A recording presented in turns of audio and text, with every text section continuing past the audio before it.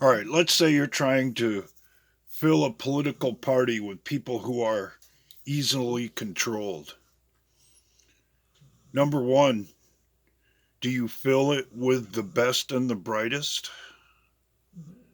No. You want to fill it with people who are easily led and easily controlled, or are dumb enough to get themselves in compromising positions so that they can be controlled.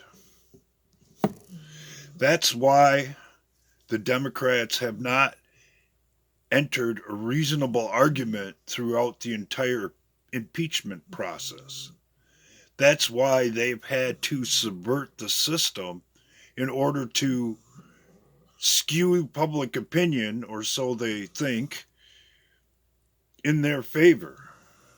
Which, thank goodness, the American people are at least a few points smarter than the people who are trying to convince them that a man broke laws who didn't break any laws.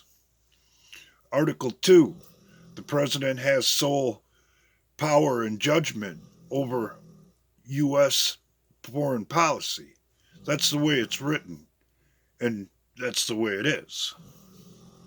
Not the people who are overseas administrating this, that, and the other thing, not the U.S.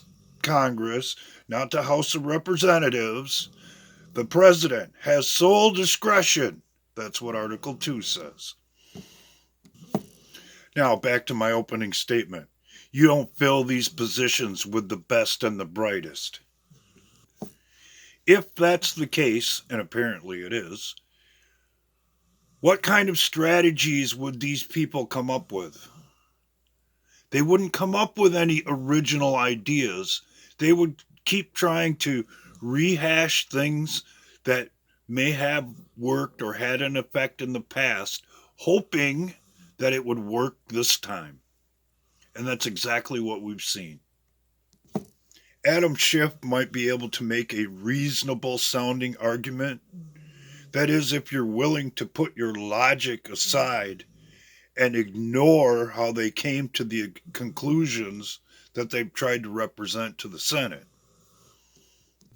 However, if you actually watch the process instead of the flowers on the wallpaper on your wall, you would realize that it was outside the norm and they did everything within their power to come to the conclusion that they wanted. The House managers keep bringing up a fair trial and comparing the impeachment process to a trial like me or you might go through, when that is nothing to do with the way that all of this is structured. The House of Representatives is supposed to interview and subpoena witnesses and come to their conclusions and then take it to the Senate, who decides on everything that the House did to come to their conclusion on whether to impeach or not. Something Alan Dershowitz, who I'm really not that big of a fan on, has made a pretty good case presenting all of that to the Senate. I would have much rather seen Mark Levin up there raising his voice and pointing his crooked fingers at the Democratic senators and the House managers who have been promoting all of this nonsense. So, what drives all of this? Treason, plain and simple. Treason has been committed during past administrations on both sides of the aisle. And everything that has been brought forth up to this day has been to expose it to the American people. In other words, it's the ones who are whining and crying and pissing and moaning that Trump is an existential threat to the United States and our Constitution are more than likely the ones that have subverted it themselves. Because along the way, in order to maintain power and control, stupidity has watered down the system because you don't easily control smart people.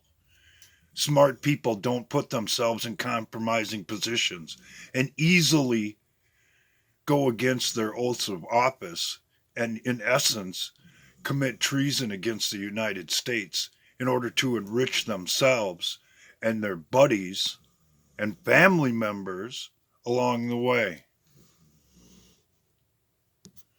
I'm sure the majority of you have seen this in your own personal lives. Some family members start sticking their nose up some rich person's ass, who is involved in the family or not.